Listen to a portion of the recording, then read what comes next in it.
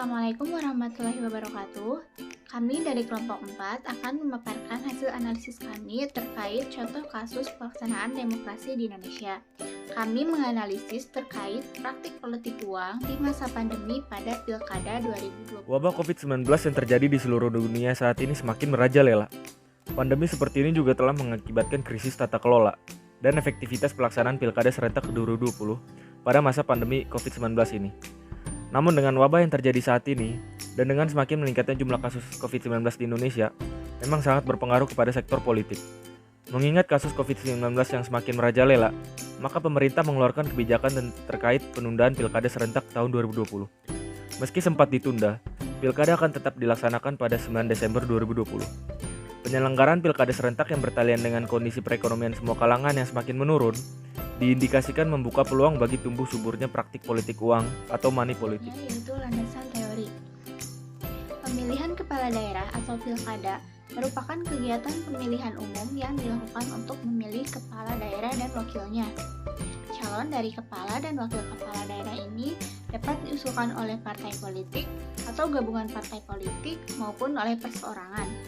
Pemilihan kepala daerah secara langsung diatur dalam Undang-Undang Nomor 32 Tahun 2004 dan Peraturan Pemerintah Nomor 6 Tahun 2005. Politik uang merupakan praktik pemberian uang atau barang atau memberi iming-iming sesuatu kepada seseorang atau massa. Kasus praktik politik uang hingga Januari 2021, Bawaslu menangani 166 kasus dugaan politik uang pada Pilkada serentak tahun 2020 lalu. Politik uang tidak hanya persoalan ada yang memberi, akan tetapi ada juga yang menerima. Jadi yang salah bukanlah hanya para kandidat saja, tetapi juga masyarakat yang menerima imbalan tersebut.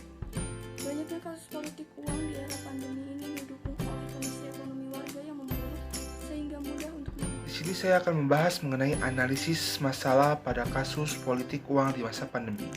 Pada kasus politik uang di masa pandemi, sangat berpengaruh besar terhadap Pancasila karena isu politik uang masih menjadi kekhawatiran dalam pilkada di sejumlah wilayah di Indonesia. Karena fungsi Pancasila tersendiri itu menjadi dasar falsafah atau filosofi negara, pandangan hidup bangsa, kepribadian bangsa, jiwa bangsa, dan sumber dari segala sumber hukum. Karena praktik politik uang itu sangat berpotensi jika ada yang memberi dan ada yang menerima. Penerima dan pemberi adalah sama-sama pelaku praktik politik uang yang menjadi satu kesatuan dan sebuah mata rantai yang harus diputus. Sedangkan kasus politik uang di masa pandemi berpengaruh terhadap demokrasi, karena demokrasi sendiri itu warga negara memiliki hak yang setara dalam pengambilan keputusan. Namun pada dasarnya praktik politik uang dapat dibedakan ke dalam 4 lingkaran sebagai berikut. Yang pertama, transaksi antara pemilik modal dengan calon kepala daerah sebagai aktor pengambil kebijakan pasca pilkada. Yang kedua, transaksi antar calon kepala daerah dengan partai politik pengusungnya.